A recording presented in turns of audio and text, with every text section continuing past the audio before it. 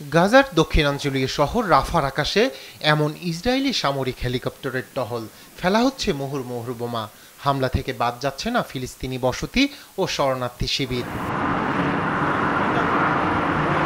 কয়েকদিনের ইসরায়েলি বর্বরতায় এখন ধ্বংসস্তূপে পরিণত গোটা দক্ষিণাঞ্চল। জানি এই এলাকাটি মোটেও নিরাপদ নয়, তবুও এখানে এসেছি কারণ অন্য কোথাও যাওয়ার জায়গা খুঁজে পাচ্ছিলাম না। সব ধ্বংস হয়ে গেছে।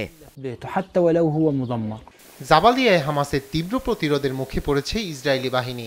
শরণার্থী শিবিরে চলছে ট্যাঙ্কের গোলাবর্ষণ। ক্ষেপণাস্ত্র ছোড়া হয় ফয়সাল বিন ফাহাদ স্কুলে। এতে অন্তত 6 জনের প্রাণ গেছে, আহত আরও অনেকে। রাফার দক্ষিণাঞ্চল থেকে নিরাপদ স্থানে সরে গেছে 6,30,000 ফিলিস্তিনি, আর উত্তর থেকে সরে গেছে আরও লাখখানিক। রাফাবাসীর অনাগত দিন নিয়ে উদ্বেগে জাতিসংঘ। সংস্থাটি সতর্ক করে বলছে, জ্বালানি, খাদ্য এবং অন্যান্য প্রয়োজনীয় জিনিসপত্রের মজুদ ফুরিয়ে আসছে। তীব্র ক্ষুধাকষ্টে বাস্তুচ্যুতরা। রাফা ক্রসিং বন্ধ থাকায় ঢুকতে পারছে না ত্রাণ।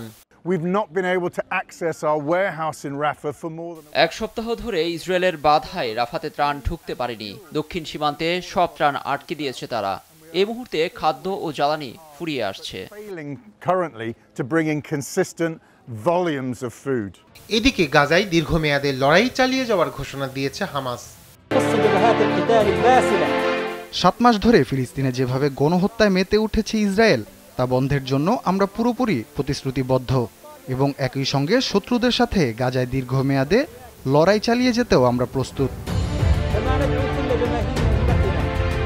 গাজার পাশাপাশি অধিকৃত পশ্চিম তীরের জেনিন শরণার্থী শিবিরেও বোমা ফেলছে ইসরায়েল। এদিকে গাজার অভিযান বন্ধে ইসরায়েলের প্রতি আহ্বান জানিয়েছে 13 দেশ। রায়হান কবির শুভ্র, নিউজ ডেস্ক, দেশ টিভি।